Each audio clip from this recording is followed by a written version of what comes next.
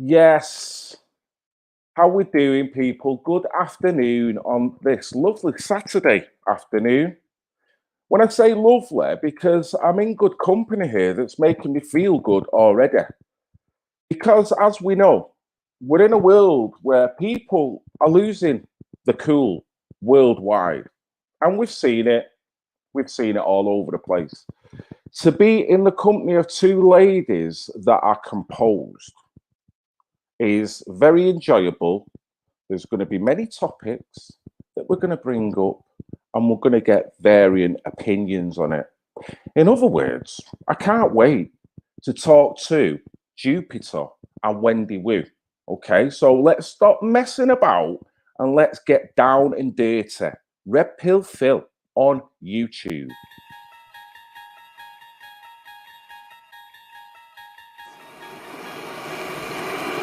Our impulses are being redirected. We are living in an artificially induced state of consciousness that resembles sleep. Oh, goddamn hacker, that second damn night that asshole's cut in.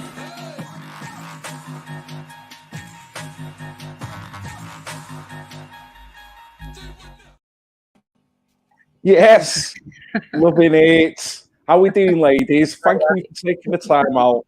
Wendy Wu and Jupiter. How we doing? Hi, Phil. Hi, love. Well, it's a pleasure. How are you? Yes. Well, we were really off at the races for the past 10 minutes, and it was only me that actually thought, well, should we actually go live here? Because we're getting, and we were just rolling. What we were off, and subjects were flying about like you wouldn't believe. It's like, hold on, I think we're actually on it to give other people the benefit of our opinions here, and we're keeping it to ourselves. Yeah, we're having a little natter. We are going off on one. So let's start with you, Wendy. How are you doing? Yeah, I'm fine.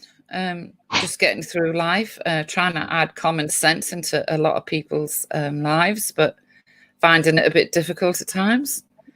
As I was saying when we were offline, about I think because you're in the 3 tier at the moment, Phil, I do think that the government need to have another look and just herd immunity.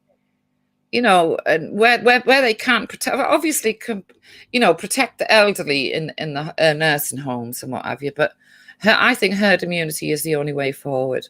Not a vaccine. There's no vaccine for a cold. So just herd immunity. You've got to be sensible and have a bit of common sense, which I think has gone out the window at the moment. Because we're living in a nanny state. We look for the government to tell us what to do, when to do it, and how to do it. And I don't like living like that, to be honest, Phil.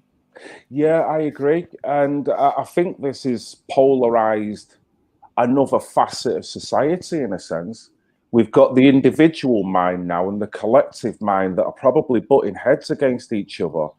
Because the collectivist mind is listening to the government, getting logic out of the government and just being complicit.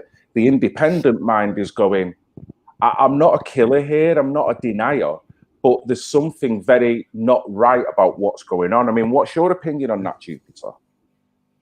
Oh, absolutely. I think the government are losing control.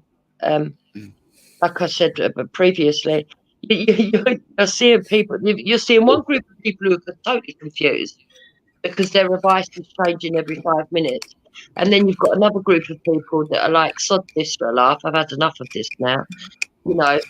I'd rather die than be trapped in 4 walls. That's the kind of attitude that we're getting now.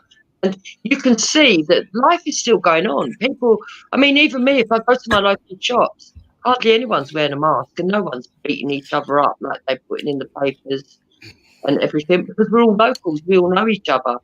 We don't really care, Yeah. Even the lines on the floor are not adhered to. No, it's right. It's like cutting through the flannel of it all, really, isn't it? And that's what it feels like. I share your sentiment. Round where I live, there are people that are taking it really seriously, and then you've got people that are just not asked at all. They're just cracking on. And the funny thing is, it's like every time the people that are not that fussed about this and just living their life, it feels like they're being proved right every day they do that, ladies. Yeah. Because there doesn't seem to be the numbers. There doesn't seem to be people falling down. People are getting ill because of this. We know that. But it's not spreading like they're suggesting it is. And even if it is, it's not translating to the majority of people like they're trying to say it is. In other words, we're dealing with it like it feels like we would deal with any other flu or cold. Yeah. Well, exactly. As I said, you know, people can sometimes get a bad cold, then they get bronchitis, then sometimes, you know, it ends up as pneumonia, which is basically what this COVID-19 is. And to me, Phil, when Sadiq Khan allowed that BLM march way back, whenever it was, that's when something just clicked in my head. You know, if this is so damn serious, why have you allowed this march to go on? It didn't add up. It just did not make sense to me at all. Yeah. And again, hypocrisy coming in because they're cancelling Remembrance Day. Yeah. Being told they're not going to be allowed to go there. And I don't understand that. If you can allow large crowds for that, also outside Speaker's Corner last weekend, they had some sort of celebration with Muslims that were outside doing their celebrations, and there was huge numbers there as well. If that can be allowed, I don't understand why they're not allowing Remembrance Day. I really don't. There seems to be political agendas going on, and people can see it. Well, it does. I mean, you can't project it one way and project the fear and lock everyone down, but then let certain groups come out, do what they want, cause all the trouble they want. And even if you do that, same again, going back to the rational thinking mind now is probably being proved right every day that they stay in that mindset. When we've watched Black Lives Matter, it wasn't just London. We had it in Manchester, up and down the country, all over the world, because they all decided to virtue signal, particularly the same weekends as well. Where was the death rates? Where was the initial knee-jerk lockdown? Because now they seem to have that right now here in Manchester. But yet, what would be crazy if they could find a narrative where in Manchester, a black lad somehow got injured or killed by what is perceived to be either a white policeman or a white guy, they would forget all about Tier 3. They wouldn't mind black people in anger and militant running around Manchester doing all kinds of trouble. There wouldn't be any, for me, statement from Boris Johnson telling that demographic to calm down. And that's what seems so unjust about this. It seems that they seem to let them, and then when I say them, I'm not saying, I'm on about militancy and the Marxist agenda out of this, not true people who want to protest, because we all don't mind that happening in a fair way. But it's the leftist Marxist agenda that seems to be allowed, and yet everything else seems to be far right, seems to be racist, seems to be against them. Going back, sorry, ladies, just to slightly turn a corner here on a topic, but Jupiter, I noticed that you were on a stream earlier today. You girls are just, honestly, you guys are just marathon streamers. I don't know where you get the energy, but whatever you're drinking, you've got to let me in on it, because you guys are just on all the time. And it's great, because what I heard today, you bring up a brilliant talking point, and I'd like you to start off with this, Jupiter, and that is this about vandals decapitating a statue in Watford.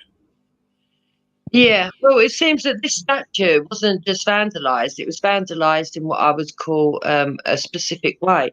What they did was they sawed the head off, and to me that was like a symbolic beheading of the representative of the First World War, which was the Tommy statue.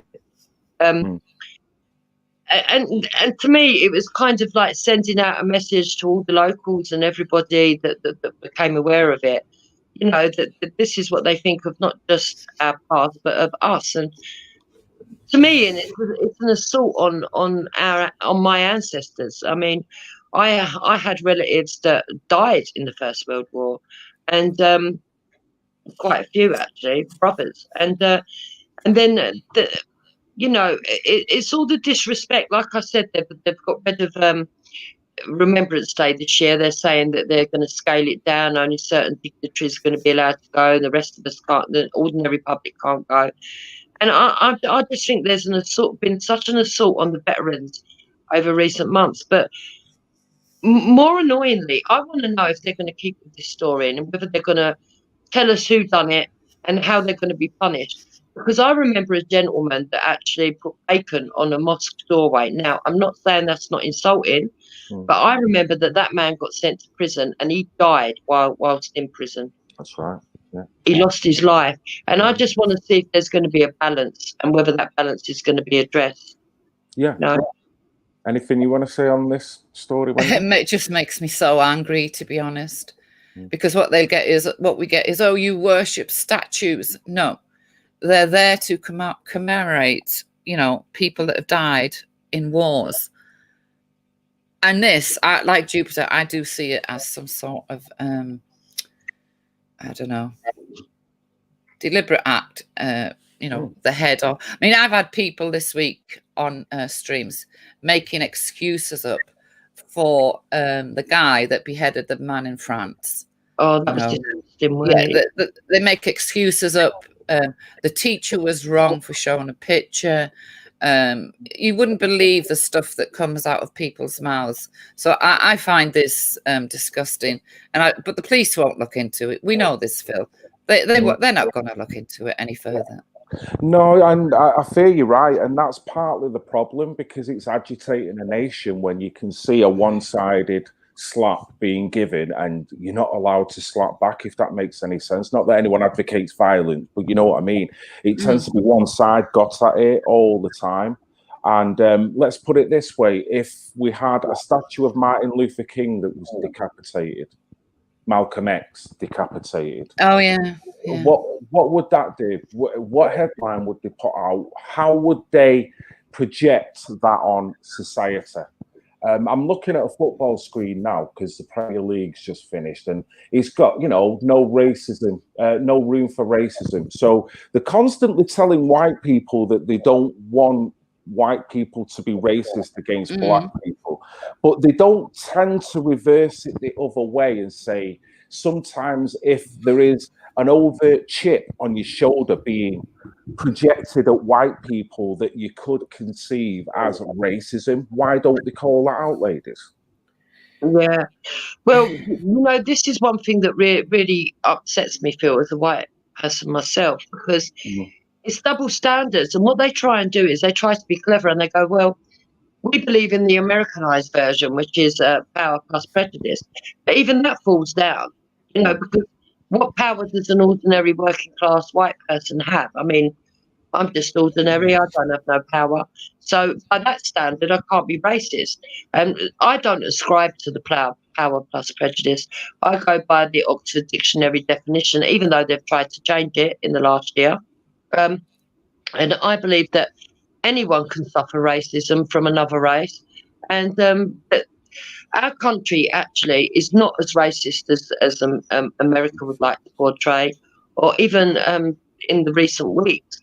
People that have been slating Britain for about 6 months on the channels are finally getting around to admitting that Britain is not as bad as France for the race relations. However, I do believe racism still exists in certain pockets or certain individuals. I'm not saying that it's gone, that we've eradicated it. But I know that we are one of the best places in the world to live for race relations.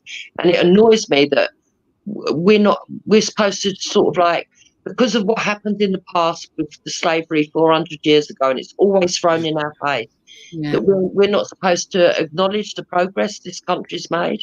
Well, what would you say to this, Wendy? Would you say that general attitude projected against white people all the time, does that make the concept of racism real? Not only for black people, but for white people as well. If you're going to keep condemning a race of people, at some point, are they going to go, well, fuck it? Yeah, because if something happens, the white man did it. Yeah. You know, Blame white it doesn't matter. I've heard people say, and I'm sure you may have also, Phil, in Africa, you know, AIDS. Well, the white man brought that to Africa deliberately. Ebola, the white man brought it to Africa deliberately. You know, in little things, and gave it to black people so they would get Ebola. Now, why we would want to do that is beyond me. You know, the doctors beyond borders, doctors with no borders, those people. I've even heard people tell me that those people are agents, MI5 agents, and are not doing any good for the African people in the third world. So you're like banging your head off a wall, but you've got to keep going because you don't want everyone to think like these idiots. So, you know, they're living in the comfort of this country, right? But they're spending hours online telling people, oh, yeah, these doctors that go to, you know, the outbacks and third world countries to help these people, they're not helping them.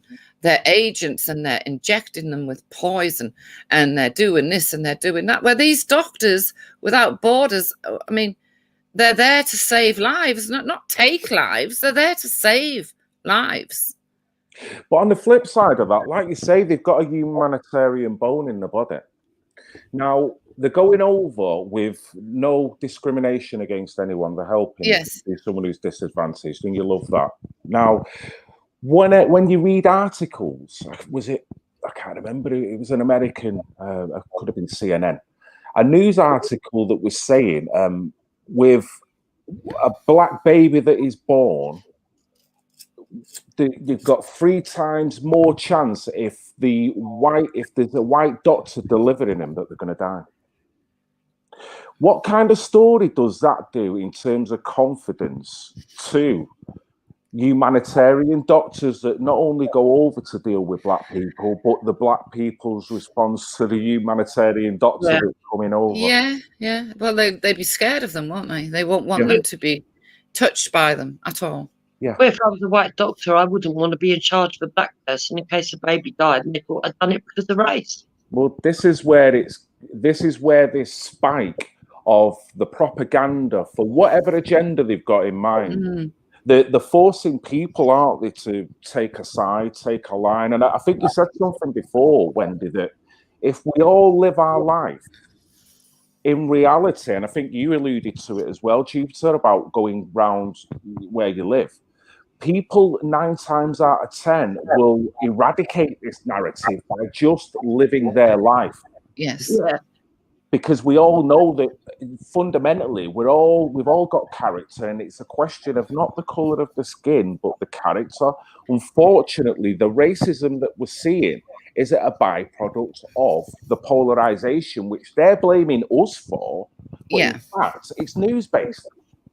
Yeah. Well, I mean, until I started going on these streams, I didn't. Well, Jupiter's informed me of where it's come from, but I didn't realize that if you say, well, I've got a friend called Sue, and she's black from British Ghana.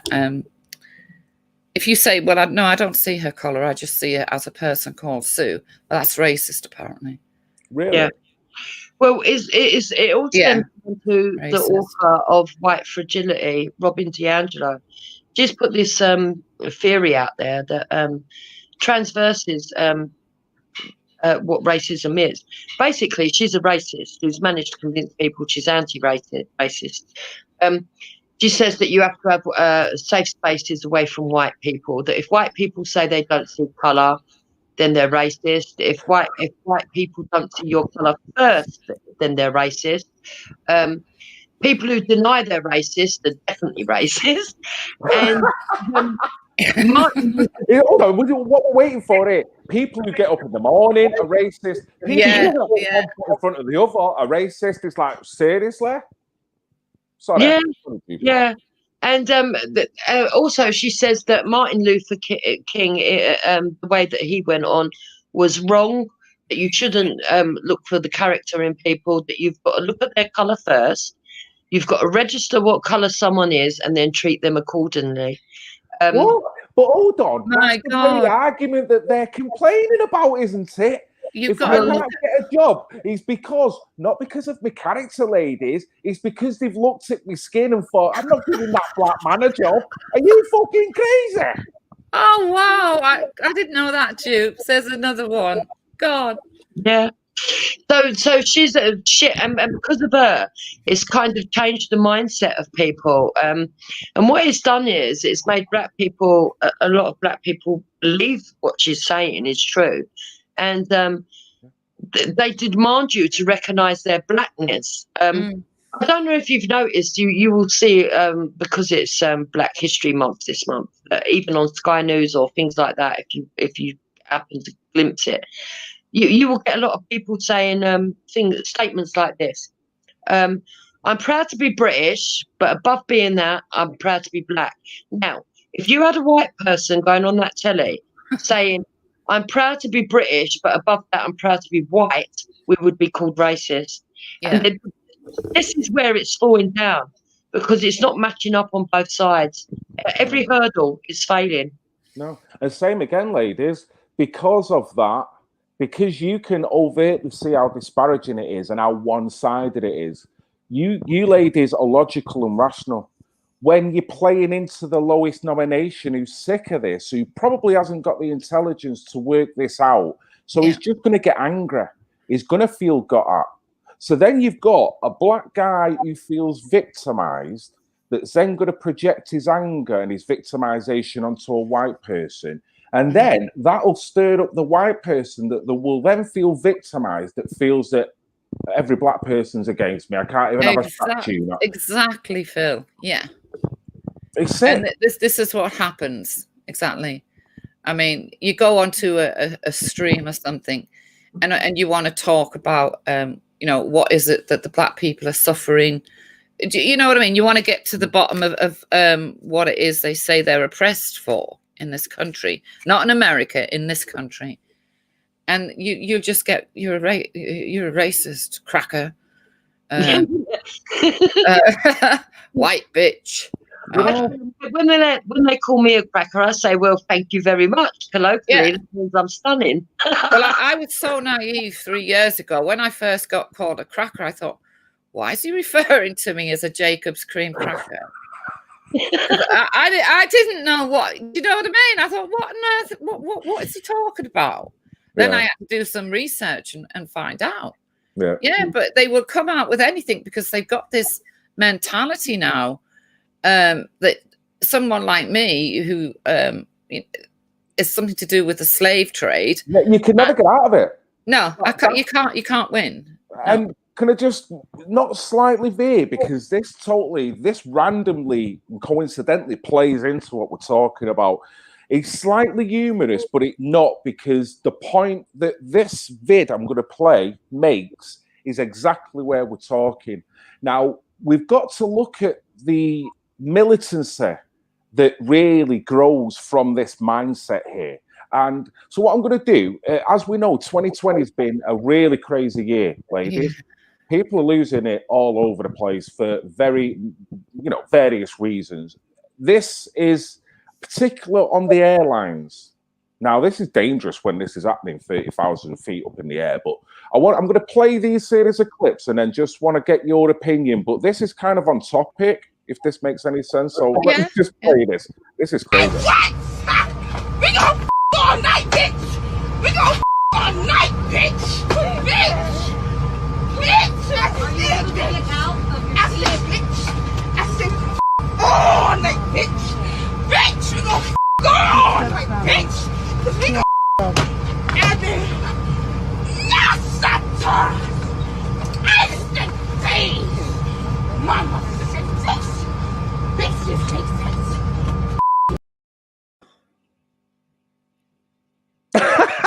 Silence is golden. Wow. Wow. Now, all that was going through my head there was Lionel Richie's video dancing on the ceiling. On the ceiling, yeah. I mean, I didn't know whether that plane, you know, somehow they sometimes do maneuvers in the air to give the feeling of no gravity, don't they? They do a quick dip, which gives you the feeling that you're touching, you're bouncing. And it's like, what's going on? Is that what's happening here? That was what I regard as embarrassing black militancy manifesting itself, but with no rationale and very dangerous. But at the same time, that militancy will be quick to tell people because of slavery, you've got white privilege. What do you make of a clip like that? Yeah, well, she's obviously lost her mind. Yeah, I'm sorry, but you know that's not a person at that moment. You know, there's something wrong with her. She's lost her mind. Right. But I'd like to know who it was aimed at, and why it started. Even, I mean, why would you behave like that up in the air? And nobody was trying to get it down. I don't understand. I know some men did in the end, but why did nobody? Were they scared to touch her because she's black? I mean, is that it? Yep, that comes into it. You know it does, Wendy. The first time someone says something to her, what's going to happen is she's going to scream racism, and then you're going to have white people who are panicking, who think that you're racist, and you're going to have the black people standing up and agreeing with her, even if it's not true. Jupiter, you so nailed it there. And can I just show you another clip that's going to validate what you just said? Yeah. Now, don't push me. Sit down. You see what she did? I need to get She to put my her hands in me. You're not listening. Go to I'm not a child. I'm grown. I'm trying to use the bathroom. The lady is coming. I see the bathroom. Are you my boss? You are white privilege. You're not my boss. Sit down. Sit down. You don't have privilege over me. Oh, I don't. Thank you. You have privilege. No, but all of a sudden you got to go back here. You wait for me to get to my bathroom and have respect for me like you've been having. Now, that was an intendant. The lady just wanted to pass her. She wasn't even remonstrating with us. She just wanted to get past. But this lady was so militant within her own mind. And the lady that sat down then only questioned her. And that backs up what you said there, Jupiter. She shut her down with white privilege straight away. Yeah. Totally unjustified. As far as I'm concerned, there's no such thing as white privilege. Where this whole sentence has come from, or phrase, or whatever, it doesn't exist. I don't feel like I've got white privilege over anything or anyone. We've all got the same opportunities. We have to follow the same laws in this country. I don't get this. What is this white privilege that we're all running around with? I don't understand what it's meant to be. I would actually disagree with you a little bit, Wendy, because I actually think we don't get treated the same anymore. I think that there is now such thing as black privilege. No, this is what I'm saying. They say we've got white privilege, but nobody can ever tell me when I ask them, okay, so what is the white privilege I've got day to day? What is so different to how you are and to how I am on a day-to-day basis? As long as I'm not being abusive to people in the street or anything like that, what is my white privilege? Because I'd really like to know. No, you would have to assume. Sorry, Jupe, but you would have to assume that you must be having such a massive leg up in life and society to justify a statement like that. No, in life, you've got to work hard. You've got to keep grounded, and you've got to keep your sense of humor, and most of all, you have to keep common sense. You know, and I think a lot of people don't use that these days. Common sense has gone out the window. It's all about, oh, you're low IQ, you're not intelligent, get out of my way, you've got white privilege, you were a slave owner. And it's a ridiculous attitude to take. I can't be dealing with it. They do that, and then at the same time they tell you that they've been to university. You haven't. They earn more than you. Yeah. University is not a badge of honor that it used to be. I mean, it's almost like Jesus. You know, if you're telling me you've been to uni, seriously. I mean, when you can get a degree in Michael Jackson music, What Really? use does that? Yeah, you can get degrees in all kinds of stupid Mickey Mouse degrees. Wendy, I've got to say, I wouldn't mind a bit of a wacko jacko diploma at this time now. Yeah, Phil, that's a good But one. on a serious note, to be serious, what's disturbing, Phil, is that they've now brought this critical race theory into the education system. They're promoting it now as if it's only just happening, but actually it's been the last 15 years they've been dripping it in, and the effect of it is actually showing now with all these people as well. And you probably find that some of these people are a product of it. They are trying to reverse it. They have suddenly realised just how ineffective it is. But do you know what really annoys me? When I started going and looking into it, and you can see the videos on my channel, there's actually been no studies to prove that it was beneficial to black children in the first place. So they brought all this stuff in that was harming white children, and now they found it's not actually doing anything for the black children anyway. All it did was segregate, and that is exactly what's going on right in front of our eyes. It's segregation and identity politics to make us all segregate, and it's sad because I've got mixed race children. You're mixed race, Phil, and I just feel it's going to have a really detrimental effect on them as well. Not just the way that us white people are being affected because they've made racism cool if you're black, and not just because some black people are still feeling oppressed because we've got these white virtue signalers that still oppress their minds and make them think that they are oppressed in a world they're not oppressed in, and we've now got mixed race, a vast amount of mixed race children who don't know what camp they belong in and want to belong in both, are constantly being told that they're not full in one and they're not full in the other. I mean, I'm going to ask you a question about your children and their perception of what's going on, if you don't mind answering that, because I don't want you to get too personal on it. But before I do that, I've got to say from my position now, I've got both parents of mine, unfortunately, are no longer with me, rest in peace. But my mother's white, my father was from Sierra Leone. Now, I'm in both camps here, and quite rightly, my mum was great with me, and she was also, quite bad with me. Same with my father. That's what I regard as a normal upbringing. There'll be times that I would have loved both my parents. There's times when I hated them. There's times I didn't want to come home, and there's times where they've really helped me in hindsight. When this Black Lives Matter, this white privilege, this sense that I've got to pick a side, what side am I supposed to pick, ladies? Exactly, love. Yeah. With my children, they don't pick sides. They think that a lot of what's going on at the moment is really ridiculous.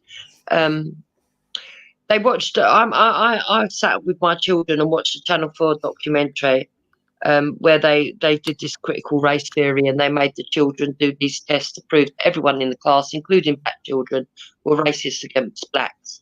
Worked that one out. And then they separated the children by colour and taught them in separate classrooms. And I asked my children what they would do, and my daughter said, "I'll walk out of school. This is ridiculous." And she's what, 14? Same again. If you flip that, as in when I was growing up in the 70s, if they decided to racially teach children separately, that would be something that would make me feel as a person in this country that I'm not wanted. That you don't want me to be collective. You don't want diversity. You actually want the opposite. So what part of them trying to combat racism are they actually doing the most racist thing that they could to both demographics here? Yes, they are. And you'll be surprised just how many black people are actually pushing for this as well, especially on the Speaker's Corner circuit. There's a lot of black supremacists, not just nationalists, supremacists, because they actually believe that having melanin in them makes them superior to us. And they tell us that on a regular, to me and Wendy, that's what they believe. It's for me, I laugh things off because I've got a very dark sense of humour, but it's not funny. The impact that it's having on our community, and I just like you feel, right? I'm 52. And I can remember at my school that I went to when I was at secondary school, we talked about apartheid that was still going on in South Africa at the time, and all the protests and what British people did to put pressure to stop the apartheid and everything else. And I just think that they're trashing over all the civil rights campaigners of the past that fought so hard. You know, that I have a dream speech, you know, people walking hand in hand. And to me, it's like, that wasn't romanticism. It actually happened. And I'm with my African husband, and we are the product of that mindset that understood it, saw equality, actually are living equality. And now we're being told, no, you've got to be ripped apart. You've either got to stand in one camp or the other. I mean, people actually call my husband a coon just because he's married to a white woman. Yeah, they do. Shocking. Or they mimic his accent. Right. And yet they can do that because they're black. What does your kids think of that? In terms of how do they regard black people that do that? Because that's got to be horrible for them to see that. They're sensible. They just call them racist. They say they're racist. No. I mean, I'm lucky. My husband's a very strong African man. He was born in Africa. He grew up in Africa. He feels privileged that he's been able to come and be a citizen in Britain. So is he displaying black privilege right about now then, Jupiter? No, he's got too much pride. No, that's what I'm saying. He's happy in his skin. That is black privilege. Just like, I love you ladies. If you ladies said to me, you've got white privilege, I'd say for you being a human being on this planet, you've got privilege. Now you've got white skin as well. Unfortunately, their term that they want to project as privilege, they want to make it as if you're using that to get something over on another demographic, and you're not. You're just here by very nature. I mean, let's face it, when we were all born into this world, we could have come out any different colour at any part of the fucking world doing anything. Exactly, we don't choose. And this is what I always try and get across to them. I never chose to be white. And, okay, I know that in the past of this country that there were some white people that made some really bad decisions. But we're talking about 2 to 3% of the population were the elites that done all this stuff.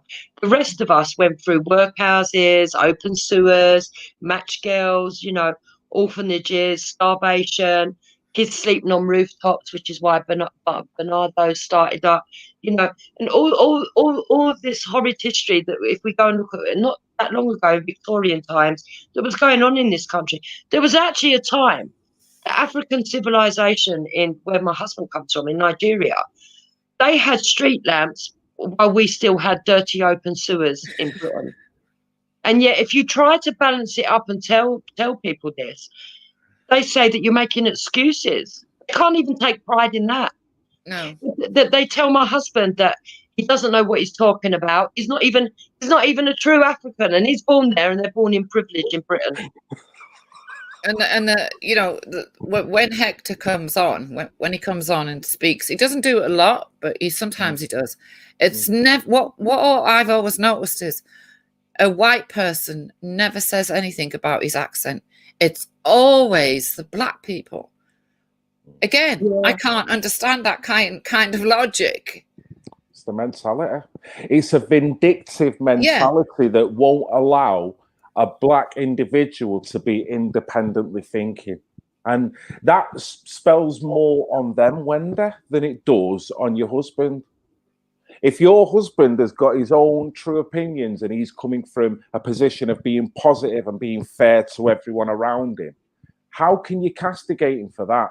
It feels like the people that do that are trapped within their own victimhood to a degree that the only thing that they can do is pull down someone who has escaped that.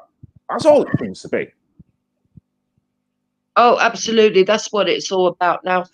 And I can understand it a little bit. I liken it to, I don't know if you remember, but about 20 years ago, we had with Cilla Black on the telly. You had a lot of stories of children that had been adopted. And they went to trace their parents, and they did the reconciliation and everything. And there's another show now that I think Davina McCall does that's very similar. Now, you will see a phenomena that comes out of adopted children, because at one time they didn't used to keep records of the parents or anything where they could open up and look for it, and so they used to have a void in them where they would imagine what their parents would have been like. And I think, unfortunately, descendants of slaves, they, they do have this sort of like yearning to want to know their history.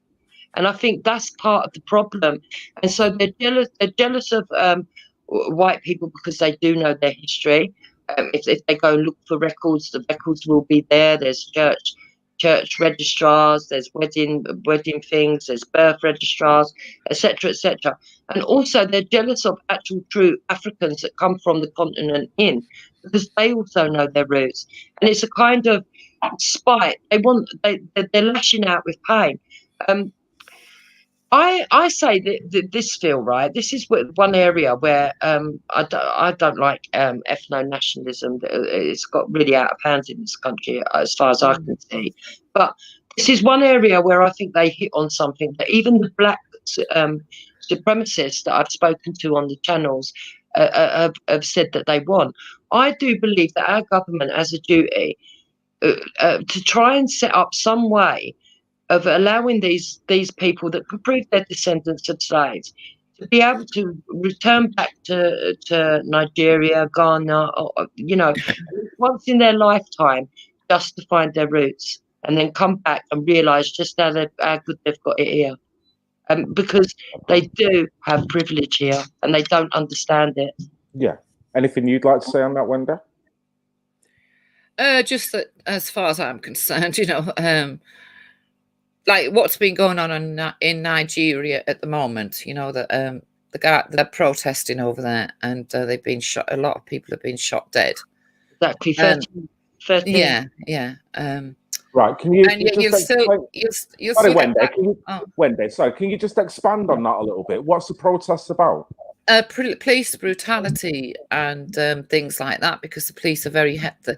I mean, police over there are not like the police here. They're very. Black Lives Matter then, Wendy? Oh no, not in Nigeria. No. Well, that's a perfect place, isn't it?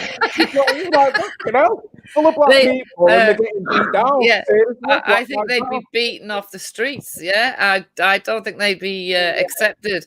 But anyway, on these panels, the people who love Nigeria, love Africa, want the best for Nigeria, want the best for Africa. Guess what? They haven't spoken about it. No, they haven't. Me and Wendy have. But they haven't spoken about it one bit. Yeah. Why? Because it doesn't fit into their little rainbow-coloured idea they have of the continent of Africa, you see. And I just want to add that actually today there is a protest going through London. Nigerians protesting the brutality that's going on out in Nigeria. Good. Yeah, there is. The British Nigerians are really sort of glued onto it now. They are doing a protest today. But when you get government officials from Nigeria coming onto our news and saying it's fake news, meanwhile, you're getting video after video after video of the brutality and live streams where you can see people actually being shot dead for peacefully protesting, not even smashing things up. How brutal it is in some African nations for any individual now, and particularly the way they get beat, the way they get treated, the way they get incarcerated. We know that our civilization over here in England is nowhere near that. And I've got to say, my roots are West Africa. There's no way I would feel safe being incarcerated in a jail in Sierra Leone. Right? And I'm not going to come over here and say, you know what, guys, yous are all racist. My black brethren are over there. They're all right. Because if I ended up in one of them prisons, it would feel like Midnight Express. I would feel like I've gone backwards in time. I've got to say it. And I would feel like the treatment against myself would be more harsh than by any white person in this country. And I've got to say that. And that's not sticking up for white people. That's saying that if I'm going to be outraged over something that's happening to my colour, let's call it out where it is happening. And it doesn't seem to be happening like what's going on. I mean, what you were talking about, the the Nigerian protest, Jupiter. Yeah. George Floyd. Look how quick the world kicked into touch over George Floyd. Oh yeah, yeah. But yet, what's going on in Nigeria has not got any sway. Is that because it's a black person doing it on a black person? Yeah, well, they see it as different, don't they? I don't know. This is how sad the mindset has got. They're not valuing the lives equally. In fact, it's madness because the most underprivileged black person in the West still lives a better quality of life than the most underprivileged black person in Africa. Now, Yeah. I'm not saying that there's not beautiful places in Africa. There is. But it's like two worlds going on at the same time, and the abject poverty in some regions is a stark contrast to anything you can imagine. Even the pictures on the TV don't do it justice, and those people still live their lives and they're happy and everything else. And then you've got privileged black people born here that have the safety net of welfare, of soup kitchens. Even if it hit rock bottom and you sneak into this country illegally, you can still get free food. I know. Do you know what I mean? No, and I get you. I mean, look at it that way. You've just brought up a great point. Look at all the immigration that's going on now, and these people that are classed as illegal, undocumented immigrants that are then having a safe passage, being guarded into our country, and then being housed. Does that spell a racist country to you? Does that spell a country that has got so much white privilege? Because if it did, they'd be getting shot 20 miles out of the sea, wouldn't they? Yeah, they'd just shoot them, yeah, of course. But back to this BLM, right? Let me just get this point in, Jude. I was talking to, on a panel, I was talking to this person who marches with BLM. She's white, and she was going on about George Floyd and blah blah, you know what you get, right? And I said, but what about the 2 or 3 black children of 5 and 6 that have been shot in Chicago, right? Why aren't BLM in Chicago marching the streets about this? Well, they weren't shot by the police. Totally missed the point. No doubt they weren't white either, because that matters. That matters. It's got to fit the narrative. That, I mean, even she said it there without intellectually realizing that she's give it up. Exactly. It's got to be a white guy that's done it, and then it's bad. Never mind if I go to Moss Side here and the black on black crime is off the chart because they socially can't work with one another and through the drug life and the culture. Right. Never mind that. If one white cop actually gets on a black guy here, that's got to be more important. But how does that really talk about the negative attitude within black society? That's not owning it, is it? No. Because all he's going to say to you, white privilege. Really? Look at this field. There was footage taken by one of the activists down at, I think it was down at Dover, but it could have been one of the others. And they were showing all the illegals being housed in a hostel. Meanwhile, outside that very hostel was a homeless British person begging on no roof over his head. This is how unbalanced our country's become. And this is what I try and point out to a lot of the people that are on Speaker's Corner streams that are black. And I say to them, listen, it's not just white people that are affected. You know, what about all the Jamaican families or the Sierra Leone or whatever part of West Africa you come from that are on the 10th floor in overcrowded accommodation? Meanwhile, these people are coming in, going into a hostel, and then because they've got so many children and the children under our Welfare Act have to be looked after, they're given priority into the housing. And they tell us it doesn't happen, but it does. You see it time and time again. You know, they can put out the official version, but when you're living on a council estate and you know people and you've lived in an area for many, many years, you know who's being given the properties. You know. Same again. It's almost like a toxification of the weaponizing of the propaganda here. Because for me, what that shows is that you've got an element of people that in their own mind, they truly don't feel that they fit in and have truly assimilated. Because you brought up a point before. If this is happening, I don't look at the immigrants coming in and going, well, I'm not going to say anything because they're black. And then I've got a geezer who over here, whether he be white or black, that is homeless. I want to help everyone in the world, but we know we can't afford to do it. But I grew up with a saying of charity begins at home.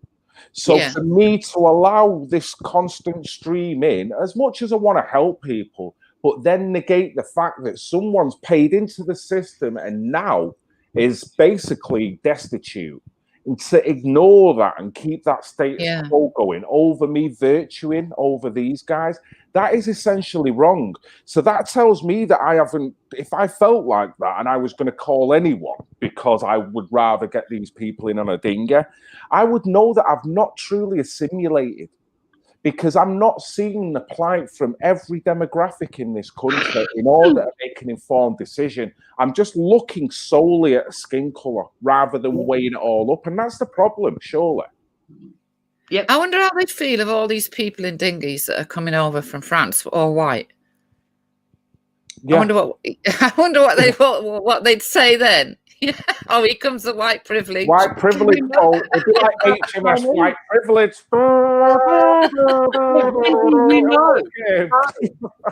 No, because when they thought the Chinese would come in, and they got obviously, didn't they? Remember how they reacted? They didn't want them here. Yes, because we were all for. Oh yes,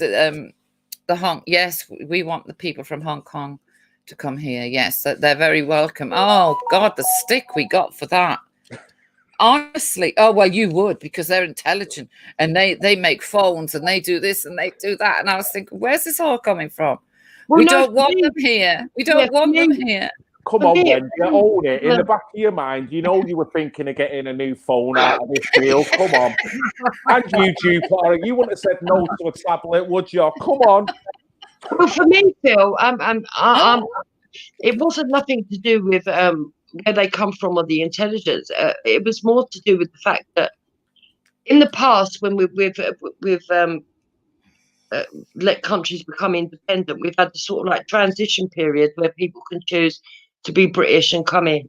And when Britain moved away from that particular Hong Kong, they'd made a deal with the government that they would be treated a certain way. And of course, the Chinese government have leached out of that deal. And I felt that we had an obligation to them. So for me, it was more on a morality and principled ideal rather than who they were.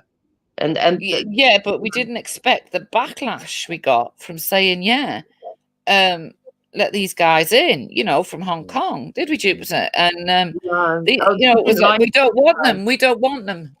The country's full, and I was thinking, Wendy, can I just ask, just so we know, what size phone do you want and what colour cake? Just so we can get it out. You might as well get your order in now. You know what I mean? You want a big, like a high capacity, like 100 odd gig phone, or you just have to get a smaller one? Just get your order in now. Get the colour. Yeah, exactly, love. Yeah, it's pathetic. It's crazy. You can't. Logic means that you've had to take a side on ideology, skin color. It's not rationale and logic anymore, is it?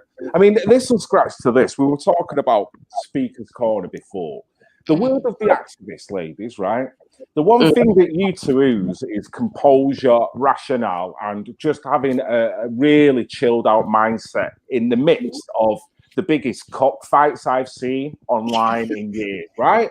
And I don't know how you're doing it, and you amuse me, and you're great by doing it. When you've got Speaker's Corner, you've got young guys that may be able to articulate themselves, but through age and maturity, that they're not quite got all the bricks stacked up in place. You know what I mean? And the damage that they can cause to their brethren and to people that follow them because they project that in a manner when reality if they had the maturity level right, they could be far more effective as an activist. And I know one thing that you said to me, Jupiter, about some of the things that these young guys have said to you as a female, whether they like you or not, because of your skin color and probably because of your age as well, which is probably the most disrespectful and disgusting thing you can do to any individual. Bearing in mind, Speaker's Corner is supposed to be an engagement of ideas. So what, I'm sorry, that wasn't even a question, it was a comment there, but do any of you want to say anything on that? Yeah, well, I think me and Wendy have learned to get very thick skin. When we first came, I mean, Wendy will speak for herself in a minute, but when I first came to the corner, for me, actually, I'd been watching it for a while. And so I used to be in just a side chat, just typing little comments.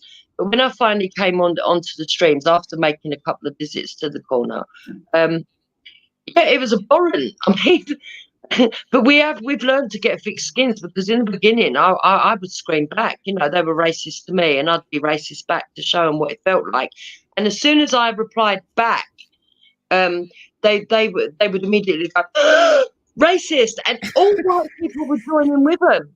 And to me, see, I've got a very sick sense of humour. I'd find it quite comical at that point. And once I realised that that's how they would react every time, I did it all the time. And then when people called me out for it on later streams, I would say, well, I was showing you what it felt like. It hurt you when I did it. So why do you think it don't hurt me?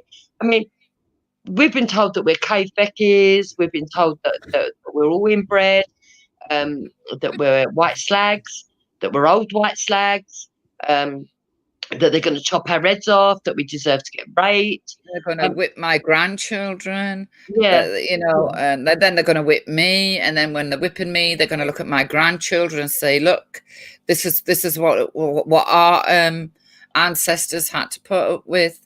We're going to be their slaves. Yeah. Totally displaced mindset. That's all I'm hearing here. Yeah. That is like lost it, really, hasn't it? Well, yeah, and then the guy that was telling me he was going to whip my granddaughter, and he really wasn't a very nice guy, and he was going to whip my granddaughter, and he was going to whip me, and then he was going to behead me. I just turned and said, okay, Toby, that's all I said, right? Now, you would have thought that I'd have thrown an atomic bomb at the whole channel. Yeah. You were questioned, that you were interrogated for about 3 weeks over that one, weren't you? Oh my word!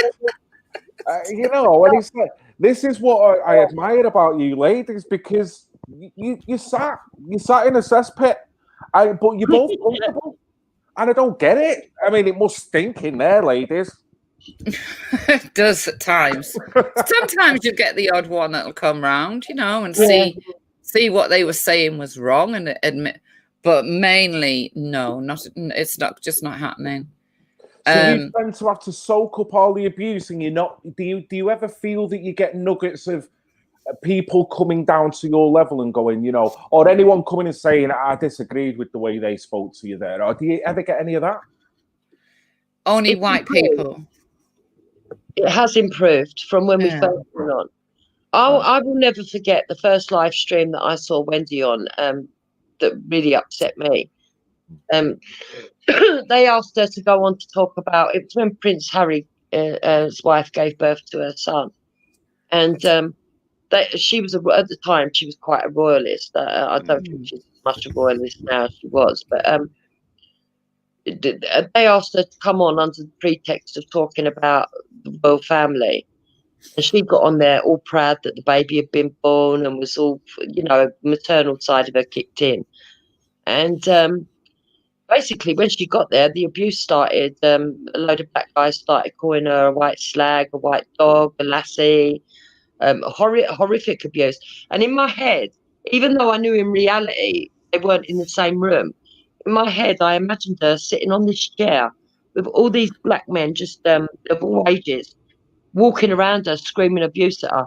And you could hear the emotion in her voice as she was trying to sort of like save embarrassing herself and be dignified, but at the same time not knowing what to do, where the abuse was coming from, what for, or what she'd done wrong. And you could see the emotion welling up in her and that to me, that was the worst I'd ever seen. That really, really upset me. Yeah. Like a pack of hyenas. Yeah, Yes, it was. exactly. Yeah, yeah. But you shout one thing back, and you're the biggest racist that's ever walked the planet. You know. I don't get from even. I'm talking from a rational position here, but even from a mixed race, it's very embarrassing to watch someone who has got the same ethnicity that acts in this manner. It's so embarrassing. It's humbling to see people who can take it, knowing the position that they're in at the moment and knowing that it's a trap you almost can't get out of.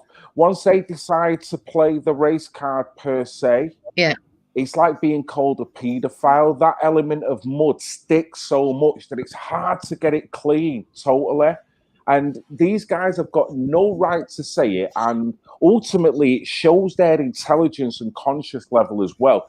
But the dangerous thing about society is, ladies, is that this seems to be a trendy way of dealing with people. Whereas yeah, I was always growing up that common sense prevails and rationale will yeah, sort all of this out. And it seems our peers are pushing this agenda on kids to behave like this as the norm. And that's the yeah. worrying thing. They're being told to do it, essentially. Yeah. Exactly. I Well, mean, my son actually myself and my husband were supposed to be meeting up with Sarah Garvey. I did a little clip with him on his black opinion, and my husband had to pull out with a family crisis at the last minute, and we sort of like got in touch with him and said, would it be all right if my son comes? Would it be age appropriate? Is it okay? And he said, yeah, fine.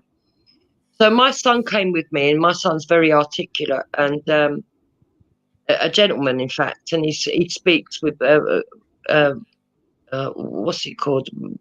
Great expression, and he's very polite. And he read out the questions that my husband would have asked if he'd have gone.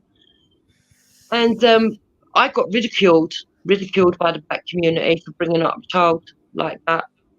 Yeah. yeah, you did, didn't it? And then yeah. He wasn't road. Yeah. See, you only want what's best for your child, don't you? And for me, I don't necessarily, because my kids have got an element of mixed race within them, they don't have to fit a certain criteria. They don't have to walk with a limp. They don't No. have to suck the teeth. They don't have to fill into all of these little stereotypes. I just want them to be manifestations of positive human beings that want to strive and want to help people, whoever they are, and see people for the character.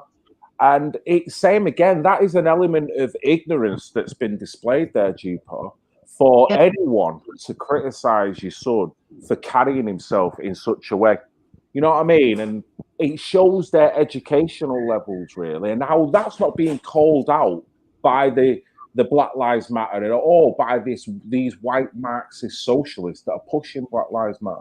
But I guess they want that. Yeah. What disturbs me is that quite a few of these people, I mean, we haven't got on to black women yet. That's probably going to upset a few people with my comments on that. But what upsets me is that a lot of these black men and young black women that are talking and saying this stuff, that is pure racism against white people, whether they want to accept it or not, it is, are actually in the schools teaching. A lot of them are working with children in the care system. They're nurses, they're doctors. I mean, they've got vocational jobs, and I just think, oh my God, what are they doing to the children in the classrooms? If that's how they really feel, you know. I agree. Wendy, it worries me deeply, to be fair. As for me, when they will, a few of them will use the fact my husband was killed in a car crash, and then say they're going to get his head and play football with it. That to me is that tells me exactly what kind of people I'm dealing with. Yeah. To be honest, it hardened me to a point where I'm determined to get common sense back into the realm. You know, that people think that black people are all like them. No, they're not. No, they ain't. Black people do not think like that on a daily Well done. basis. You know. Well done. You bring a point, and that is so composed. Again, this is why I admire you, ladies, because wouldn't it be quick for you to jump straight to where they are in their vindictiveness by them saying something like that? But when they say something like that, knowingly or knowing what has happened in your life, and I'm sorry to hear that, but for them to do that and for you to still have this presence of mind to go, I can't castigate a whole demographic because of it. No, I won't. No. You know what I mean? And that says a lot about your character, but why can't they do it? And it probably overtly shows exactly what they're about. And most rational people want nothing to do with anyone like that, no matter what the skin color, would you say? Oh, yeah, I would. But and also, they called me a racist because the day of the Black Lives Matter march, okay, I had my little nephew round, and he's mixed race, okay, and he was watching it with me, and I said to him, look, I never want you to be one of those people. I want you to go to have a good education, go to university, be proud of yourself. You're not, you're not oppressed in any way. And I was trying to educate him, on what the other side is, right? And because I let this out in a stream once with Jupiter, I was grooming my nephew.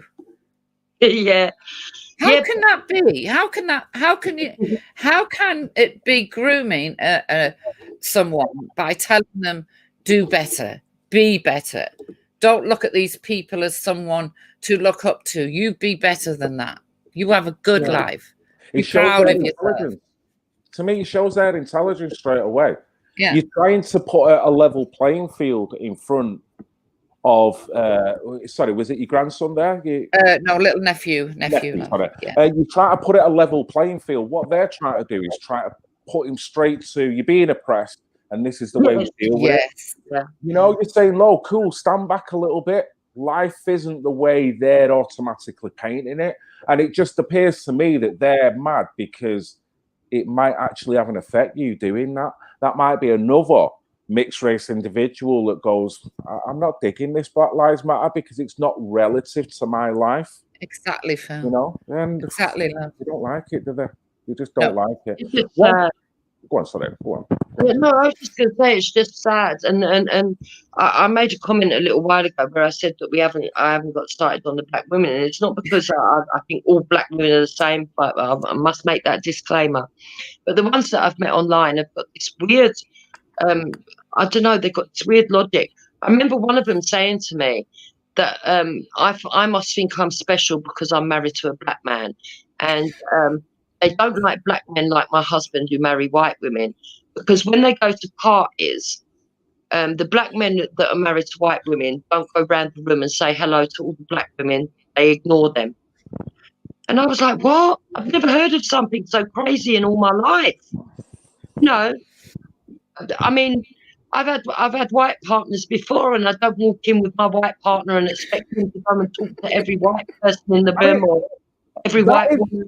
That surely is the racism that they want to get away from.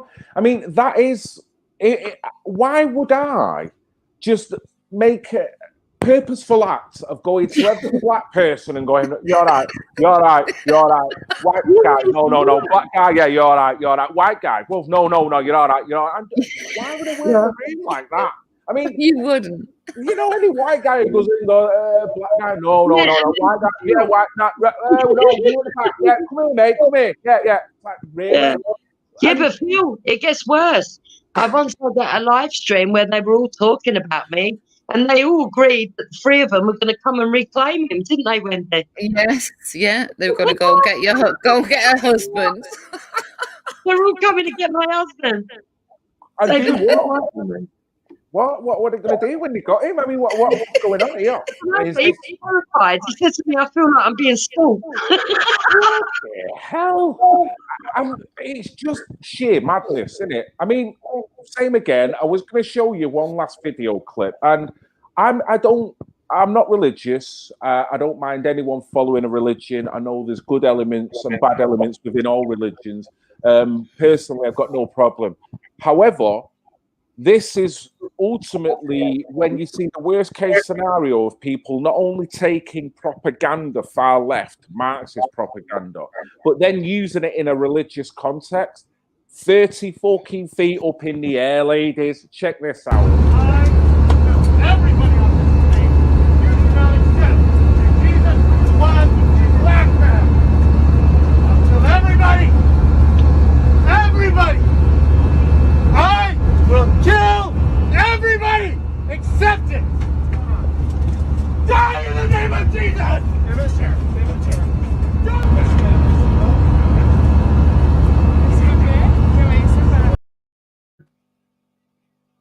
That was a white guy, it looked like, as well. I don't know whether he...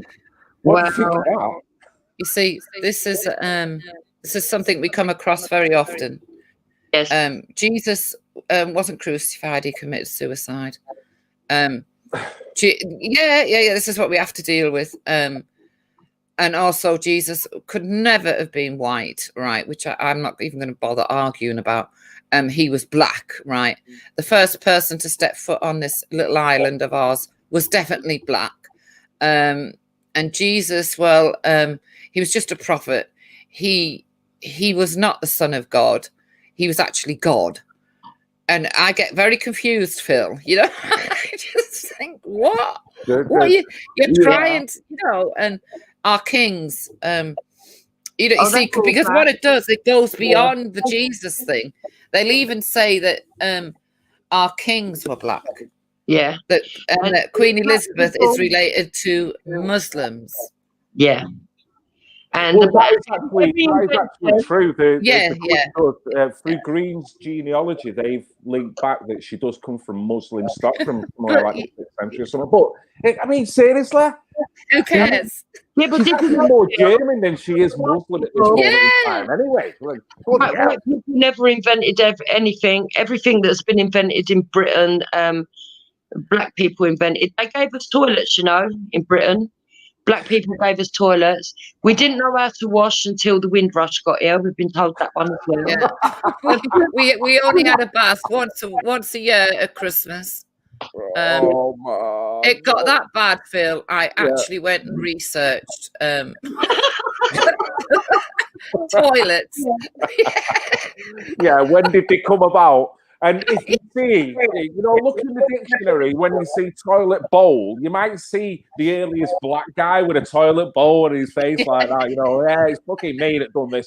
It's like that old skit. Do you remember that there used to be an Asian program? It was on mainstream, and there was one particular segment where there was an old school Asian guy that everything that was invented in the world came from fucking Pakistan. And it was funny because he'd be talking to his son, and his son, he'd watched, I don't know, someone making fireplaces.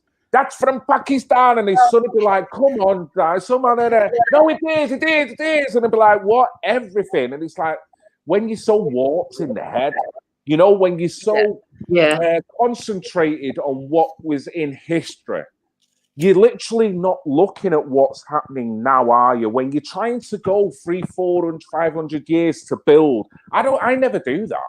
I look at the here and now. I look at what I've got in front of me and what we can achieve as what we've got in front of us. It seems like a spike concentrated on that. It's funny that you say that, because I always say this about the slavery, right? What happens with all slavery is abhorrent. I don't care what anyone says. I don't want to grade it. I don't want to compare Islamic to Atlantic or what happened before 1066 when it was white people. And yes, white people have been enslaved. I all of it is disgusting, right? And I look today and I say to people, what I don't understand, what's happening to black people in Libya right now as we speak? Probably today someone's getting tortured, burning water thrown over them, electric prods put on them, or beaten within an inch of their life, all these maidservants and that. We've all seen the videos. We could stop that in our lifetime now and change someone's life. And that would make all the difference in our lifetime. And yet we're still talking about 400 years ago. And it's ascension for me, or evolution. Is that what you're talking about? Evolution of the mind to transcend the problem that has been stuck with humanity for fucking hundreds of years, that we seem to love inventing this concept of racism. Yes. And how the hell do we transcend out of that? And what you just said there was beautiful, because if you concentrate on the here and now, we've got it all in front of us. This stream tells us that, surely. So what's wrong in life? Well, You know that's what I what I mean? keep trying to tell them. Stop looking back. If you keep looking back, you're not going to be you're never going to have a future, because your future's going to become your history, and you're still going to be looking back and looking back and looking back. But some of them they can't get past it. I mean, when they would literally talk about before Christ, in the times before Christ, to argue the point that they invented the light bulb, right? That's when you literally have to switch off and start singing to yourself, because it would drive you insane. Yeah. Well, the funny thing is that the first few times they told me that a black person invented something, in my ignorance, I wasn't sure, and I was like, "Oh, really? I didn't know that," And I was like, "Oh, I'll have to go and look into that. That'd be something handy to tell my kids. I need to go and look it up and find out it was a complete lie." And then after a while, you realise that what they were actually doing is trying to take everything away from British people. Everything. I mean, literally everything. Now, there are some things in history that has not been reported correctly. There are some things that slaves have invented that the white masters did put out in their name because the slaves weren't allowed to do stuff. All that's true. But in the main, a lot of what they were doing was trying to rewrite our history, and that's disgusting. And going back to the Jesus thing, someone said, one woman turned up on the stream and said to me at one time, she said, "Do you accept that God is black?" And I said, "No." And she said, "Racist." I said, "Listen, I don't know what kind of I don't see him. Racist, like branded. I don't see him as a person. My idea of what God is not a person anyway." So I was like, "Yeah, but," she said, "but you was taught stop telling lies. You were taught in your church when you went to church that Jesus was black and God was white." Sorry, and I was like, "No, color was never ever mentioned, ever." And then they go, "Yeah, but what about the statues that you've got in the churches?" And I go, "Well, if you go to China, they've got Chinese ones. If you go to Japan, they've got Japanese ones. I just think that that's how people have visualized it and created it in their own mindset creation. It doesn't mean that we're taking that as gospel." And I try to explain to them that every year in this country, well, until the diversity thing kicked in, and now we don't do it, used to always have nativity plays, and they took that away from us, which is quite sad. And in those nativity plays, as a child, we always knew that it was foreigners because we had to wear foreign clothes. Yes, exactly. Joseph and Mary. So even as a child, I knew that it came from abroad. I knew that it wasn't on our land. So I don't know where they get this kind of sense or idea from. No, it's their position, isn't it? It's all right hearing that information, but then positioning yourself to the place where they are. I think that's what we're all struggling with, isn't it? It's like, even if you were told that, how the fuck are you there with that in your head now? Yeah. How do you walk? I've asked them, how do you walk about each day thinking like that? And then another good one, Phil, is Hitler should have won the war because we would be better off if we were living under Nazi Germany. What? A black person has said that to you? Yeah, they say it all the time. Yeah. Oh, for God's sake. They don't even know, do they? I mean, for God's sake. Do they know what true Nazism was like? I don't think so. No. And they brand it. That's the thing, innit? They'll throw that word at you just off the bat. And me, they've done it in the most public freaking way to me. But then it's like they've not understand.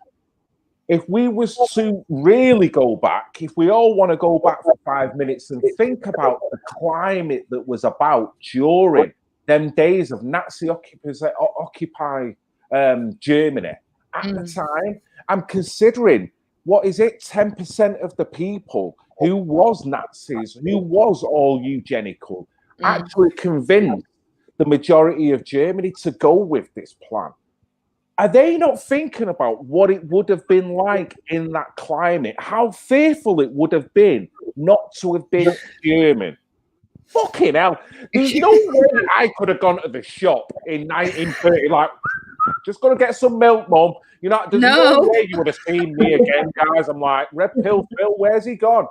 Fuck knows, we're in Nazi Germany. Why he decided to go for a pint of milk in Nazi Germany is not a very clever idea. Yeah. I even went and researched it, you know. I researched it, didn't I, Jupes, about what happened, how Hitler treated black people, you know, in Nazi Germany. And it came out that they had their passports took away from them. And when they were given back, they it said stateless Negro, right? They weren't allowed to have a state. They weren't allowed to keep dogs because obviously they do something to the dogs. What I don't know. Really? Yeah, you know, whatever. And then he passed a law to say that they couldn't go to school. Then he passed another law to say they couldn't go to universities. They weren't allowed to have jobs. They were more or less stateless, jobless, and we don't want you here. And they've said that if the war hadn't ended when it did, it would have been the black people of Germany and Paris and all the countries that were occupied by Hitler at the time that would have been rounded up next and got the same treatment as the Jews. Without a doubt, because you know, because when we talk about eugenics, a lot of people don't understand that even after the war, it did carry on a little bit. Even in this country, I mean, my mum was telling me that in school in the 50s, what they used to do, I don't know if you're aware of this still, but with mixed race kids, they would come in and measure their heads and do because they thought they were backward. Yeah, they thought they were going to be backward. They didn't realise actually that what's now been proven is that if you're the more segregated the two genes that mix are, the more likely you're going to jump forward in intelligence. But back then they thought that they were going to be sort of like retarded. So eugenics, it was horrible in that time. In my bit of research during all this on YouTube, there was an island that was in South Africa. The name escapes me now. It should be more prevalent. But it basically, what it was saying in the 1920s, it was the late 1800s going into the 1900s. It's what was regarded as the Second Reich. So this was previous to Hitler gaining power. There was a philosopher, a social commentator that spoke about black people in such a derogatory way, and he felt from his position that black people have more chance of surviving because of their genes, right? So what went on after that, they went to South Africa and they dominated an area. They opened up concentration camps. They got rid of nomadic black people. They poisoned the wells. There was up to 100,000 black people that died. And this was before Hitler's power. Shark Island. Anyone? Oh, right. Oh, I'm going to have to look at that. Shark Island. Okay. Yeah, I've done a video on it. I'm trying to look for it, but it'll take too long to get there. I got so castigated for talking about that. And it wasn't to hit white people back. It was to actually break down that if anyone feels that Germany didn't really feel that way about the Jews, they felt that way about black people 20 years before they felt that way about the Jews. Because this was the Second Reich. This was before Hitler's power. There's a lot of evidence to suggest that Hitler was reading the teachings of this philosopher whilst he was in prison. And then when he came out of prison, then started on his campaign of Nazism. So this has been going on, and like I say, it's not for me to then go, well, I think Hitler just hated anyone. He was a purist. Yeah. Yeah. And yeah, considering he was Austrian as well, which is very ironic that he was Yeah. pro-German, but he's not even a freaking German himself. You know what I mean? And it's like, what? And it just shows you the mind and what can happen. So for a black person to literally go back to the Nazi days and then say his life living in 2020 is detrimental, I would prefer to be living in 1930s Germany. Yeah.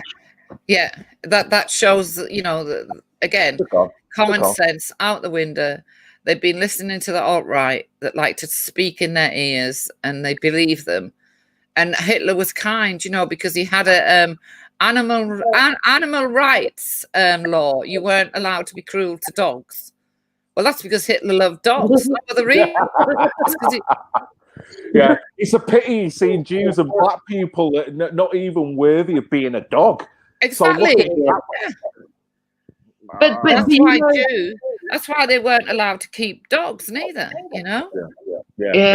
But you hit on two things there that I want to say. You know, one of the most disturbing things that I've seen around the Speaker's Corner channels is that the white supremacists and the black supremacists seem to be aligning with each other because they've got so much in common and they want segregation that it's absolutely disturbing. And they both agree on the Hitler take. I mean, even the white supremacists that will say that Hitler should have won the war, etc., etc., etc. They're nuts.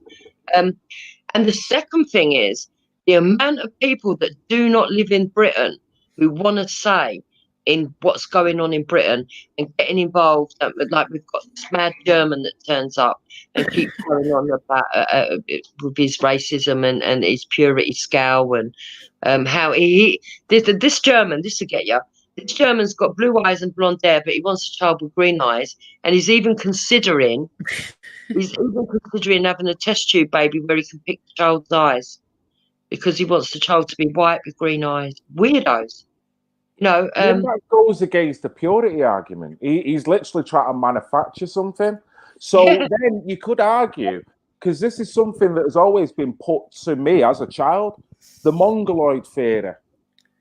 Now, is he doing the same thing with the test tube? If he wants to then generate a child for his own looks, he's not doing it naturally through the genes. He's trying to inject something else. So you're creating your own mongoloid baby then in yes. Yeah, you are. Yeah. I mean, I don't personally, whatever. I love mixing of people. I love mixing of different ethnicities, nationalities. It makes a fine tapestry of any family to have that background. And I think any kid growing up with a mother that's one and a father that's the other, I think that's more enriching. I'm not trying to dissuade against anyone who just wants a white relationship or anyone who just wants a black relationship. It's up to them. But I think there's so much more depth when you've got more backgrounds and heritage, surely. Yeah, definitely. Well, but it's so sad because I remember when I first got with my husband, because I've been with him nearly 20 years now, and there was always that little bit of social stigma when I was first with him, and it mainly came sort of like from the white side, but never to the point of I felt really uncomfortable. But people would say things like, not in my family, but friends and stuff, associates would say, "Oh, aren't you worried about if you have children in the future?" When I first got with him, aren't you worried about this? Aren't you worried about that? And I used to say no. And then when we had the children and everything, things had started balancing out in this country, and there wasn't the kind of racism that's, and now it's flipped. All the problems are coming from the black side. The irrational victimized black side, and that's the thing. And that, like, I mean, the one thing about you ladies, you've both differentiated, and you've not jumped on any bandwagon, even though there is a lot to suggest that what you're talking about is right. The victimization is swinging the opposite way here, and it's totally wrong.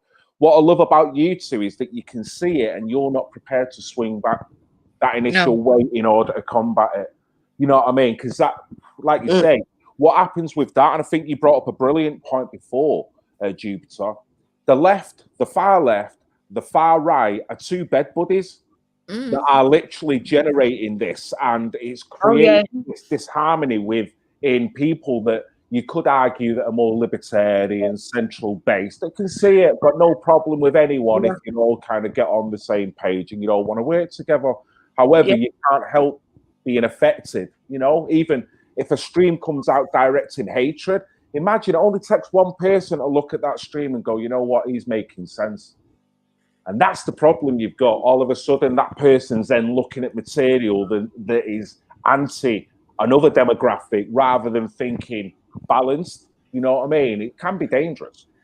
Phil, we've been on streams, me and Jupiter, where we're literally arguing with white ethno-nationalists, right, defending black people who are on the panel, right? And we are arguing with these ethno-nats of their attitude, right? And the black people turn around and say, can you stop bullying them? You know, can you stop being bullies? Because, you know, they're right. Yeah. They trust them more than us because they're blatant racist, and we're covert. We must be covert because we say they're not racist. So you can't win it. You defend black people, and then they'll defend you. But then, as soon as you talk about leveling the playing field, because you keep dissing me because I'm like, oh no, fuck that. Let's go back to denigrating them again. It's a weird scenario. That is. There's no common sense or even a degree of intelligence with that stance. Well, the white nationalists absolutely adore the book White Fragility because it plays into their hands. Exactly. And that's written by a leftist. So Robin DiAngelo is on the left. She's extreme left. And so they love it all because they can use that. What they've done, they've got racist doctrines there under the guise of anti-racism. It's ridiculous, absolutely ridiculous. And people can't see it. And do you know what, Phil? I think it's not just the racism. It's everything. Everything's been inverted in our society. Everything's gone top side up, if you know what I mean. Yeah. It's gone weird. It's nuts. Yeah. And that's how they want it. I mean, you think about that. I mean, think that they want a younger generation to live in this world. So that is nuts when you willfully misinforming generations of all ethnicities. For what outcome, it's hard to say. Everyone's got their own. But we know it's fundamentally way off track from what is reality to the normal nucleus family and the way they, you know, their integrity levels and the way the scruples and what. Yeah. Like, what? It's off the chart. Well, that's the other thing I don't like about Black Lives Matter. Not only did they want to get rid of the police, and don't get me wrong, I do think that the police do need a bit of overhauling, procedures and stuff need changing that. But I don't want to live in a society where we get protectorates and gangsters running the streets. I don't think that's going to be healthy for anyone. And number two, when Black Lives Matter say that they want to dismantle the nuclear family, that's not good for anybody, nobody's society. The nuclear family has grown over eons. I mean, you know, and to say that we shouldn't have it at all and break it down. Interestingly enough, I read a story this morning on my live stream. There's a lesbian that's calling out for women to cleanse themselves of men from every aspect. And they're saying, don't read any books written by men, don't watch films made by men, don't talk to men, don't have anything that's been created by men, don't allow men into your spaces. And I'm like, fucking hell, now we've got, sorry for my language, but you know, now we've got this assault on men, and the feminists. But what happens if she gets a flat tire at 3 o'clock? Exactly. Yes. You know, and what happens if 3 women just beat her up in the street and a guy's walking past? That guy will go, leave you. The thing is, I quite like having my man in my life. I don't want to cleanse him out. And I think, how ridiculous is it? We've now got a lesbian that actually looks like a man. Sorry, people, but it's true if you look at her photos. That absolutely hates men to the point that she's telling straight women that you should cleanse men out of your life. It's ridiculous. I think it's ridiculous.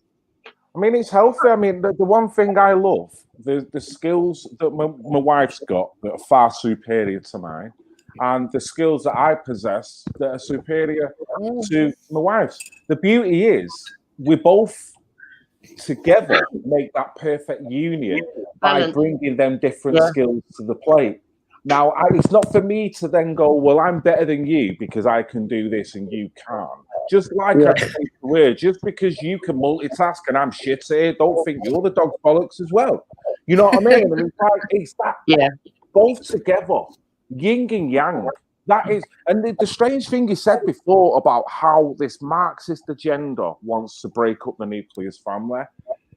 For the Black society, the breakdown of the nucleus family is what's got elements of this Black society in the shit that it's in now. Would you not agree with that, ladies? Yeah. Oh no, but don't you realise, Phil, that a lot of Black nationalists, they only think that the family is breaking down in the white society. They're all perfect, and they've got perfect families.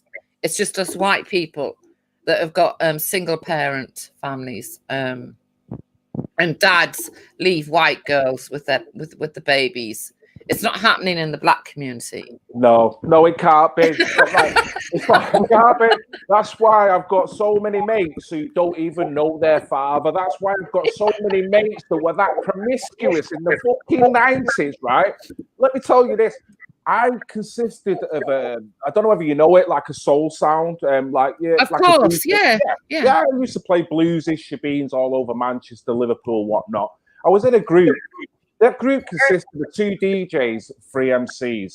Them MCs were the most promiscuous guys I have ever met, right? It come to the end of the night, we've got speaker boxes stacked up to the ceiling. It's 5 in the morning, we're all knackered. Where were they? They were playing all fucking Shabba Ranks and like doing Mr. Lover Lover and bowling with the women. And me and this other guy are stringing down the boxes. Next thing you know, you turn around, they're gone, right? And then 5 years later, I've got mates of mine that have got 3 kids to 3 different women and now having to pay for them 3 kids to 3 different women. And I'm like, seriously? That's because I'm not saying that, if they wanted to be promiscuous, that's fine. But don't deny it's not happening. Yeah. Oh, no, it doesn't happen, love. No, it doesn't happen. Never does. You know what I mean? I felt like a celibate in their company half the time. I'm like, man, when are you going to stop? And like, just seriously, go and get a cold shower. We've got a job to do. It's like, no. Yeah. I think it happens in all societies, all communities. But according, it's just us white people. And the only people that claim benefits as well are white people. Oh, yeah, apparently only white people. Yeah. Well, we could break that down a little bit, can't we? How many Black people do we know that are probably living with illicit gains? And I'm not saying that is predominantly through Black society. No, we've got a lot of positive Black role models that are doing things positively, live a law abiding, but at the same time, we've got all generations. I know Muslim people that are running dodgy scams and riding around in Mercedes and all low riding cars thinking they're badasses. I know Black people that are doing it. I know white people that are doing it. So we can't ultimately go, well, that is a trait within a demographic. I think we've got all demographics scamming the system. We've got freaking Eastern Europeans, that's it. Yes, exactly. It's like, dude, you're being wrong there, But anyway, ladies, listen, I've loved this stream. I'm going to have to get going shortly because I've got to prepare myself for something later on. But all right, love. Is there any way, you tell me all the different platforms and how people can reach you. What I've done, I've put your links to your YouTube channels in the chat. But if there's any other way people can reach you and, what you generally do and when they can kind of reach you again, starting with you, Wendy, if you could go first, please. Just by my channel, really. Just if they want to contact me, just leave a comment under my any video. I always look for the comments just by my channel. Yeah. How about you, Jupiter? Same here. Jupiter affiliated. I'm often co-hosting on Wendy Woo. Also, me and Wendy co-host on wakeupuk.net. You'll normally catch our own channels or other panels around Speaker's Corner, because we do sort of like drop in on a lot of the other panels as well. And people are always welcome, and we're always looking for fresh opinions. Nobody is refused coming on the panel as long as you're sensible. We are a bit school marmish sometimes, so if you be abusive, we'll just chuck you straight off, and you'll have to try again another day. But if you want to come on and share opinions, that's what we're about. We want to get as many people to use their freedom of speech while we've still got it, to come on, open up, and actually talk against this narrative that's going on in this myopic little corner of the world. Is trying to portray all of the extremists as the normal people, when we know that they're not. No, they're not. Centre and the masses are not racist. The centre and the masses, we all get along, we juggle along together, and we need more of you coming out and speaking up. The silent majority, we need you. We really need you more than any time ever, because it is getting quite ridiculous. And I just want to say this as well. As much as we have been talking about the discrimination on the channels, I know plenty of black people that are good, hard-working, decent people. Many of them are in my own family. I'm not going to just brag, but it's true. And the same for the white people as well. So one love to everybody. I'm not hinting here by any means, Jupiter, but when you talk about hard-working black guys, is there anyone? Oh, you're one of them, aren't you, love? Yeah. Come on, girl. Come on. No, I agree with you, and I think we all know that. We're not trying to. What we're trying to do is identify nefarious behaviour in any demographic, and I think we've done that. We've called out all of it in a sense, and we've called out the unfairness of how you get attacked for that as well, but still maintaining the logic that you can't go full frontal on any demographic, and it's not easy. We're all being targeted and weaponized to kind of shoot out at anyone nowadays. So. No, I think that point's already been kind of proved, Jupiter, so you didn't have to say that, but thanks for doing that anyway. No, you get used to making disclaimers at the end just to cover your ass, mate. Yeah.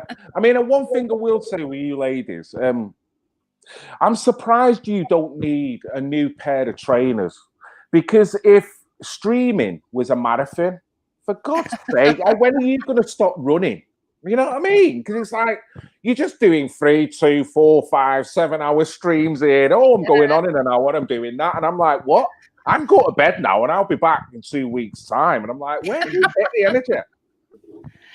It takes it out of you. But yeah, the thing is, we do enjoy it, and we've got a funny sense of humour, and me and Wendy have got a similar sense of humour. So when we see people get triggered, when we see people say absolutely ridiculous stuff, you know, they might think they're offending us, but sometimes the images in our head, me and Wendy will giggle because we understand we're both having similar thoughts, and it's enjoyable to us. But mainly, I want to get people using their freedom of speech, and I do want to bring unity, because I know that it's the unity of the masses, and that's what we're really about. We want to get the centre ground, you know, centre right, centre left, coming together, holding the ground, and getting rid of the extremism, because you will get the extreme right. They will tell you that liberalism shouldn't have none of it, that you shouldn't be liberal at all. I don't agree with that. And then you've got the extreme left telling you that, you know, you should take liberalism to its fullest, and I don't agree with that either. Everything is in moderation. Anybody that's extreme, they're not right for any of us, because there's always going to be othering. We need that silent majority to start standing up and start speaking the truth. The rise of the centrist, ladies. Yes. I think we've all been beaten from one paradigm or another, and even in some ways joining what we felt was that paradigm for the right intentions, but realizing that is only a road to this paradigmal game. For me, anyway, recoiling back to what I regard as a libertarian stroke centrist position, I'm realizing more and more that each side of this is wrong in so many ways. But yet, what I'm realizing even more is that more people are like us than are like either one of them. Does that make any sense? Yeah, it does. Yeah, it does. Yeah. I see it kind of like a plate turning into a ball where the centre rises and pushes the extremes to the edges. And that's what we need. Stand up. You know what? I don't know why I had this image of Patrick Swayze and molding this. You know what I mean? I'm like, it's just leaning. I don't know why I got all fucking sensual there for a minute. I'm like, Jesus, what you just said is right, but I'm just seeing that little image of him helping her just mold this little vase. I'm like, stop it. Oh, yeah, ghost, yeah. Well, guys, I've loved this chat because I love the way we've wavered off. I've got notes here. I've not even covered half of it, but I think we've covered a lot of it generally anyway. Yeah. What I'd love to say is keep the work doing what you're both doing. Keep your mindset, keep your energy, and you're more than welcome on this channel at any point in time, talking about whatever you want to talk about. The more people that stick together doing this, the better. So I've fully enjoyed today, guys. Well, we'll definitely be back. Don't forget us still. Make sure you drop in one day. Do it as a surprise. It's even better when it's a nice surprise. And come over and come on. We often have other people coming on that are quite well known that just drop in out of the blue. Wendy's been lucky enough to have had, which is on our show over there, Brian Harvey. Just recently, we've had Danny Tomo, we've had Glenn Safar, we've had lots of different people come on. I've interviewed Data. Phil, please just come on. Come on. I'd love to. That sounds like a date. That sounds like a definite date. Brilliant. Let's do it. And I'll do it spontaneously. I've just done it. Yeah, exactly. A few weeks ago, I jumped in on the Open Debate channel, and that's how I'll do it. I'll just see it one day and jump in. Because I know, honestly, big hello. Say hello to Turek as well when you see him. I had a really good chat with him. I'd love to have that again. And maybe next time you guys come on, if he could come on as well, that would be great. Oh, right. Yeah, Turek. Yeah. Great guy. Great guy. I think he was in the chat. Turek, get in touch. Yeah, I did see him. I put a comment up before, so I know he was in at some point. He may not be here now. But yeah, certainly we'll have to get that going. Maybe have a monthly thing where we just either jump on your chat, you jump on mine, or whatever. You know, just brilliant, ladies. It's been a pleasure. Thank you. Okay then. Thank you, love. Have a great weekend. Stay positive, and you know, just stay with a good mindset, because I know, you know, we're going to win in the end. We're going to win, ladies. Oh, we will. We will. Yeah. Excellent. Take care, everybody. Okay, bye. Thank you. Thank you very much. Thank you. Honestly. Right, guys, you've got to follow what these ladies are doing. I'm in awe. I'm in awe. I've always said common sense women are going to show the way, the light, and you can see there's many common sense women who are strong, independently fought in this movement, and that's two clear examples. Loved every minute of it. So without ado, guys, thank you for tuning in. There will be more content coming up. I still get to do that editing video, so I've not forgot about that. Be more content coming up in the next few days, guys. Have a great weekend. Stay positive, stay safe. And until then, I love you all. I love you all. I love you all. I love you all. I love you all. I love you all. I love you all. Even the pissing haters. I love you all. I love you all. I love you all. I love you all. I love you all. I love you all.